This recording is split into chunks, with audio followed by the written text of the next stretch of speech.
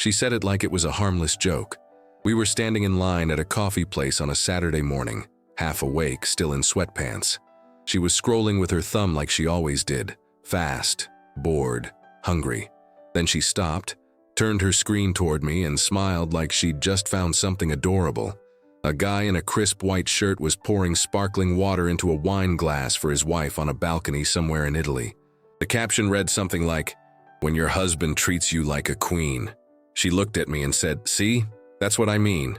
Instagram husbands. They get it." Then she glanced down at my beat-up sneakers, the plain coffee in my hand, and she added the line that changed everything. "Your lifestyle is kind of sad compared to this.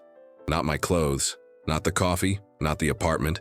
Me, my lifestyle, my entire life, reduced to a swipeable comparison." I laughed, because that's what you do when your pride gets punched in public. "Sad? That's dramatic." She shrugged. "I'm just saying. Other guys go all out. They plan things. They spoil their girlfriends. They provide a vibe." A vibe. That word became a thorn in my brain.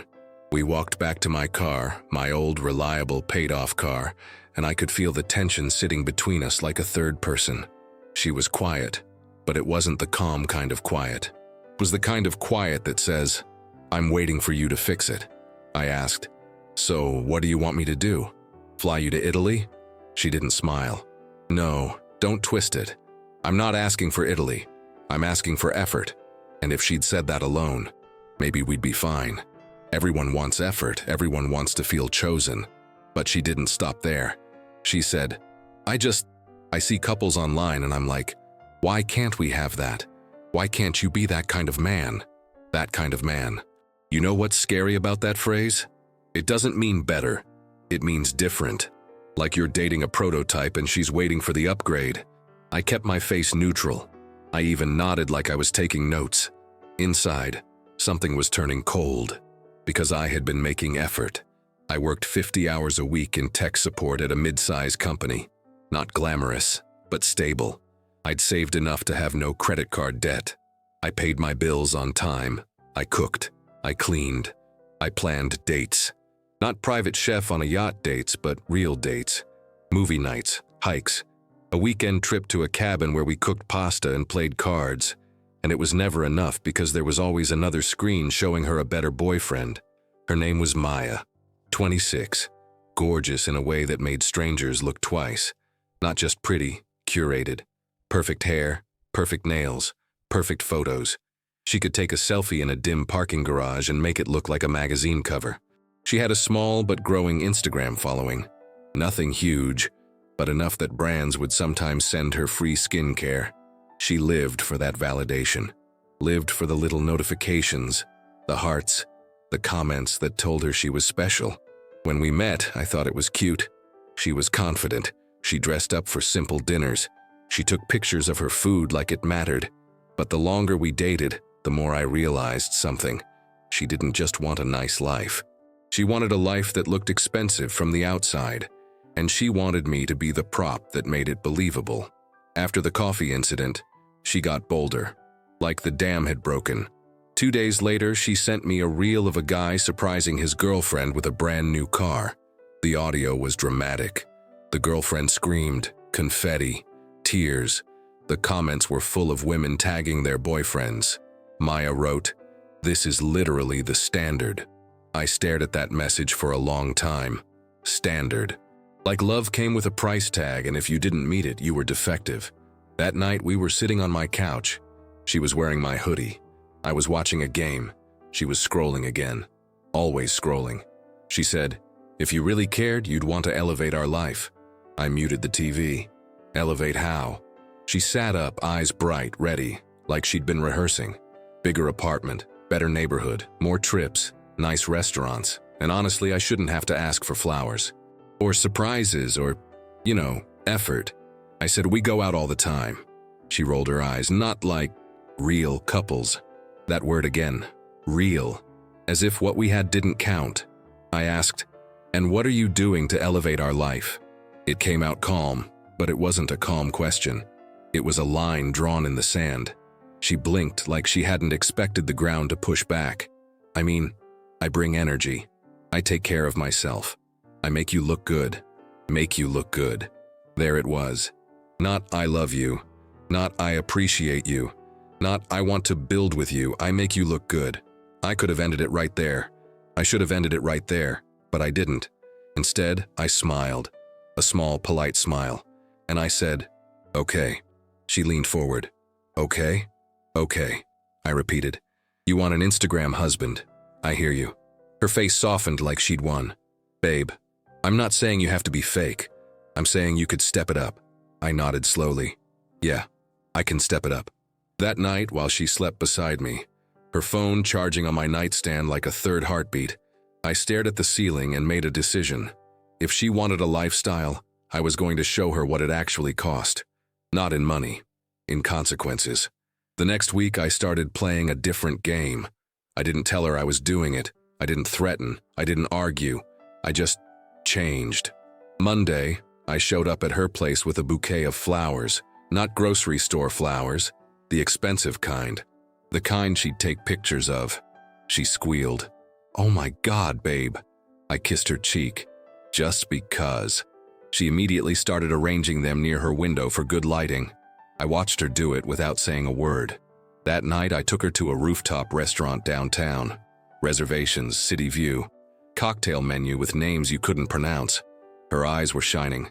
She filmed the elevator ride, the hostess walking us to the table, the moment the skyline appeared. Halfway through dinner, she held her phone up and said, Wait, don't eat yet, I need a boomerang. I smiled. Of course. She posted it with a caption, Date night with my man. My man. It almost made me laugh, because that same day I'd done something else too. I'd opened my bank app and started tracking every cent I spent on this elevated lifestyle. I made a note for everything, flowers, dinner, Uber, tips, outfits. I wasn't doing this because I couldn't afford it. I was doing it because I wanted the math to hit her in the face. All week, I was the guy she wanted. I sent her good morning texts with heart emojis. I left cute notes. I bought her little gifts. I planned a weekend trip. She told her friends. She posted. She glowed. And I could feel her attitude shifting, like she'd finally decided I was worth being proud of. That part stung more than I expected, because it meant she hadn't been proud before. Friday night, we went to a lounge where the drinks cost more than my first car payment. She wore a tight black dress and heels that looked like weapons. She kept touching my arm like she wanted everyone to see. At one point, she leaned in and whispered, This is what I'm talking about. This is the vibe. Vibe. I smiled and said, Yeah, the vibe. Then I watched her take a selfie, tilt her head, find the light, and I realized something that made my stomach drop. She didn't want moments. She wanted proof. That weekend we went to a boutique hotel 2 hours away. The kind with a lobby that smelled like expensive candles and a staff that called you sir no matter how you dressed. She took photos the moment we walked in, the key card, the hallway, the bed, the bathroom mirror, the balcony view. I sat on the edge of the bed and watched her arrange her coffee cup next to the window like a photographer. She said, Can you take one of me like I'm laughing? I said, Sure. She posed. She threw her head back. Fake laugh. Click. Then she looked at the picture and said, Ugh, my chin looks weird. Take another. I took another, and another, and another. After the 10th photo, I said softly, Do you ever just enjoy it? She didn't even look up. I am enjoying it. But her voice sounded annoyed, like I was interrupting her job. That night we had sex, and afterward she curled up on my chest and said, I knew you had it in you. I stared at the ceiling again. Because in her mind, this wasn't a partnership. This was me finally performing correctly. On Monday, I took it one step further. I changed my schedule. I started leaving work early to pick her up for lunches. I rearranged my time to surprise her. I began showing up with little gifts. I said yes to everything, and she started expecting it. By Wednesday, the flowers weren't impressive anymore. They were late. By Thursday, the rooftop dinner wasn't special. It was normal. By Friday, she was sending me reels again. Now it was private chefs in mansions. This would be fun, she wrote. Then a guy giving his girlfriend a Cartier bracelet. This is so cute. Then a couple in matching designer outfits walking through an airport lounge. We need to travel more, like real travel. I stared at the screen, feeling that coldness spread. So I planned the final lesson. I knew her birthday was coming up in 3 weeks. She'd been talking about it like it was a national holiday. "I want a big moment," she'd said. "Like something that makes people cry. People. Not me, not us. People."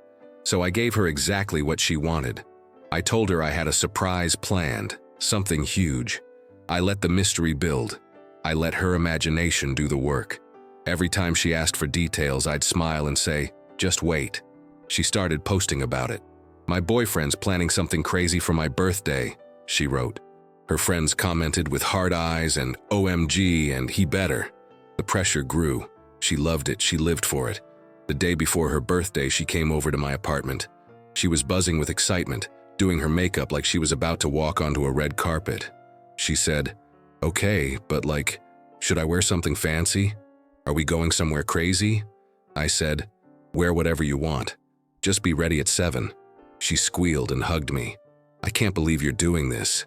I hugged her back, and in my head I said, "You have no idea what I'm doing." The next night, she showed up in a sparkly dress, hair curled, perfume heavy. She looked stunning. She also looked like she expected a spotlight. I opened the door, smiled, and said, "Happy birthday." She stepped inside, scanning the apartment like she expected balloons, champagne, a photographer hiding behind the couch. There was nothing. No decorations, no candles, no gifts. Just me, in a plain shirt, calm. Her smile flickered. Are we leaving?" "Soon," I said. "Sit for a second." She sat on the couch, confused, trying to stay excited. "Okay, I'm sitting." I walked to the kitchen and came back with a small box. Her eyes lit up. "Oh my God." I placed it in her hands. She opened it fast. Inside was a simple envelope. She blinked. "What is this?" "Open it," I said. She pulled out a sheet of paper. At first, she smiled because she thought it was a letter, like a romantic thing she could post. Then her eyebrows pulled together as she started reading. It was a list. Flowers, $85 rooftop dinner, $312 hotel weekend, $780 Ubers, $146 gifts, $210 lunch dates, $190 misc, $173 total, $1,896. She looked up, confused. "What is this?" I sat across from her, steady. "That's what your vibe has cost in the last 3 weeks." She laughed nervously. "Okay. And, I said, "that was me trying to be your Instagram husband." Her smile vanished. "Why are you showing me this on my birthday?" I took a breath. My voice stayed calm, but every word had weight. "Because you keep comparing our life to highlight reels. You keep telling me my lifestyle is sad. You keep using other men's performances as a standard for me. But you never ask yourself what it costs. Financially, emotionally, mentally." She stared at me, mouth slightly open. I continued. "And here's the part you haven't thought about. If you want this lifestyle, it's possible. But not with the way you think." Her face hardened. "So what, you're saying I'm greedy?" "I'm saying you're addicted to being impressed," I replied. "And the problem with that is, you'll never stay impressed." She stood up. "This is insane. You're embarrassing me." I didn't move. "Embarrassing you? Maya, you embarrassed me at a coffee shop when you called my life sad." Her eyes flashed. "That was a joke." "It wasn't," I said quietly. "And even if you meant it as a joke, it landed like a truth." She started pacing, heels clicking like anger. "So what's the surprise then? Is this your little lecture? Congratulations. You made your point." I watched her, then reached under the coffee table and pulled out another envelope. Her eyes snapped to it. "This," I said, "is the actual surprise." She stopped pacing. Her breath caught. She reached for it. I didn't hand it to her immediately. I said, "Before you open it, answer me honestly." She frowned. "What? Do you want a partner?" I asked, "or do you want a lifestyle?" Silence, her jaw clenched. "I want both." "That's not an answer," I said. She took a step toward me. "Give me the envelope." I held it steady. "Do you love me the way I am? Or do you love the version of me you think you can upgrade?" Her eyes glistened, not with sadness, with rage. "You're being manipulative," she snapped. "You're making me the villain because I want more." I nodded slowly. "Wanting more isn't the villain part." Then I finally handed her the envelope. She ripped it open. Inside was a reservation. Not for a restaurant, not for a trip, for a couple's financial planning consultation. Her face went blank. "What is this?" I said. "If we're going to elevate, we do it like adults. We set goals, we budget, we build. Together." She stared at it like it was an insult. Then she let out a sharp laugh. "Are you serious? This is my birthday. You're giving me budgeting?" I watched her closely. "That reaction right there, that's why I did this." She threw the paper onto the couch. "I can't believe you. Do you know how stupid I feel? I told everyone you were doing something big," I said. "You told everyone because the point wasn't celebrating with me, it was showing them." Her eyes widened like I'd slapped her. "Say that again," she whispered. I didn't raise my voice. "You don't want joy. You want an audience." For a moment, she looked like she might cry. Then her face twisted. "You're jealous," she hissed. "You're insecure. You can't handle that I have standards." I leaned back. "No, I can handle standards. I can't handle being constantly measured against strangers on your phone." She grabbed her purse. "So what, you're breaking up with me over Instagram?" I stood up too, slow. "Not over Instagram." I walked to the bedroom, opened the closet, and pulled out a small bag of her things I'd packed earlier. Hoodie, makeup bag, charger, little stuff. I came back and placed it on the table. Her eyes darted to it. "You packed my stuff?" "I didn't want this to turn into a screaming match where you forget things," I said. "I wanted it clean." She looked at the bag like it was betrayal. Then she looked at me, and for the first time all night, I saw something real in her expression. Fear. Because she suddenly realized this wasn't a game. She tried to soften. "Babe, come on, we can talk about it." I shook my head. "We've been talking about it. You just didn't listen." She stepped closer, voice small. "I didn't mean it like that." I held her gaze. "Then tell me what you meant." She opened her mouth, closed it, and her eyes flicked away. And right there, I knew. She didn't mean anything deep. She meant exactly what she said. My life was sad compared to what she wanted. Took a breath. "Maya, I want someone who sees my stability as strength. Someone who understands that real love doesn't look like a reel. It looks like paying bills, cooking dinner, showing up even when there's no camera." She scoffed. "So you want some basic girl who's impressed by the bare minimum?" I smiled, and it wasn't nice. "No, I want a woman who isn't embarrassed by reality." That line landed. Hard. Her eyes narrowed. "You're going to regret this." I shrugged. "Maybe." Then I added casually, like I was talking to a friend in a bar, "And if you're watching this and you've ever felt like you were competing with someone's highlight reel, do yourself a favor. Don't ignore the red flags just because they're filtered. Stick around, subscribe, because I wish someone told me this sooner." Maya stared at me like she couldn't believe I'd just turned our relationship into a lesson. She grabbed the bag, stormed toward the door, then paused with her hand on the knob. She didn't turn around when she spoke. "You think you're so mature, but you're just cheap." I didn't yell, I didn't chase. I just said, "And you're not expensive. You're just costly." The door slammed. The apartment went quiet in that way that feels loud. I stood there for a minute, heart pounding, then I sat down on the couch and looked at the list again. 896 airs. Not counting the cost of constantly feeling like I was failing someone who never decided to be grateful. The next morning, my phone lit up with notifications. She'd posted a story, a black screen with white text. "Sometimes the people closest to you don't want to see you win." And then, right after, a selfie of her in that sparkly dress. Mascara perfect. Caption, "Healing." I stared at it, then I laughed. A real laugh this time, because even her heartbreak needed good lighting. For a few days, it hurt, I won't lie. Not because I missed her constant demands, but because I missed the version of her I met before the comparison addiction took over. The girl who laughed at dumb jokes. The girl who seemed present.